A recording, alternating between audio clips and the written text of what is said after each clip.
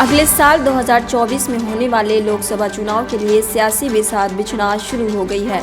कांग्रेस के नेतृत्व में विपक्षी दलों के गठबंधन की आवाज अब मुखर हो रही है। महाराष्ट्र के पूर्व सीएम उद्धव ठाकरे के बाद एनसीपी प्रमुख शरद पवार ने कांग्रेस के नेतृत्व वाले विपक्ष की वकालत की है।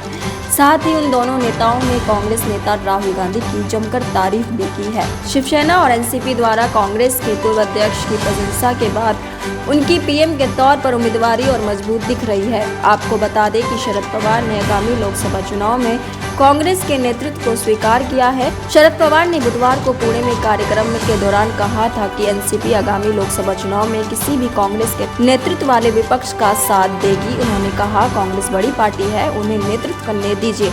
हम कांग्रेस के नेतृत्व को स्वीकार करते हैं। यही नहीं, शरद पवार ने राहुल गांधी की खुलकर तारीफ भी की।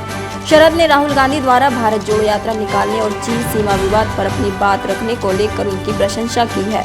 शरद पवार ने कहा, कुछ दिन पहले एक युवक कन्याकुमारी से पैदल चलकर कश्मीर आया। देश की सत्ता पर कब्ज़ लोगों ने उनकी तारीफ नहीं की। वह आदमी सिर्फ ये देखना चाहता था कि देश में कोई कमी तो नहीं, लेकिन मजाक उड़ाया गया। फिर भी वो चलते रहे और लोगों से मिलते रहे। दरअसल इससे पहले उद्धव ठाकरे ने सामना में एक लेख के जरिए राहुल गांधी की तारीफ की। उद्धव ने कहा था, राहुल गांधी का नेतृत्व भारत जोड़ो यात्रा से मजबूत और परिपक्व हुआ है। उन्होंने पूरे देश में पैदल चलकर उसके बाद संसद सत्र में हिंडनबर्ग व मोदी अदानी दोस्ती मामले में जोरदार हमला बोलकर मोदी का वस्त्र हरण किया। राहुल के सवालों का मोदी जवाब नहीं दे पाए। उन्होंने बिहार के सीएम नीतीश कुमार के एक बयान का हवाला देते हुए कहा कि कांग्रेस के बिना विपक्षी एकता संभव नहीं है। उद्धव ठाकरे ने कहा कि आगामी चुनाव को लेकर चर्चा होनी जरूरी है। इसके लिए कांग्रेस के पहल करने में कोई दिक्कत नहीं है। गौरतलब है कि कांग्रेस अध्यक्ष मल्लिकार्जुन खड़गे ने नागालैंड में एक रैली के दौरान बड़ा दावा किया। खड़गे ने कहा कि अगले लोकसभा चुनाव में गठबंधन सरकार केंद्र में आएगी और कांग्रेस इसका नेतृत्व करेगी।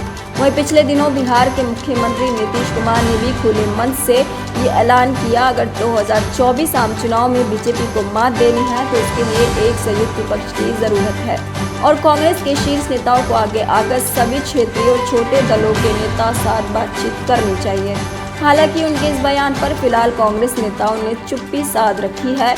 ऐसे में अब ये देखना दिलचस्प होगा कि क्या 2024 चुनाव से पहले देश में कोई संयुक्त विपक्ष बनता है या फिर हर बार की तरह इस बार भी ऐसा कुछ नहीं होगा।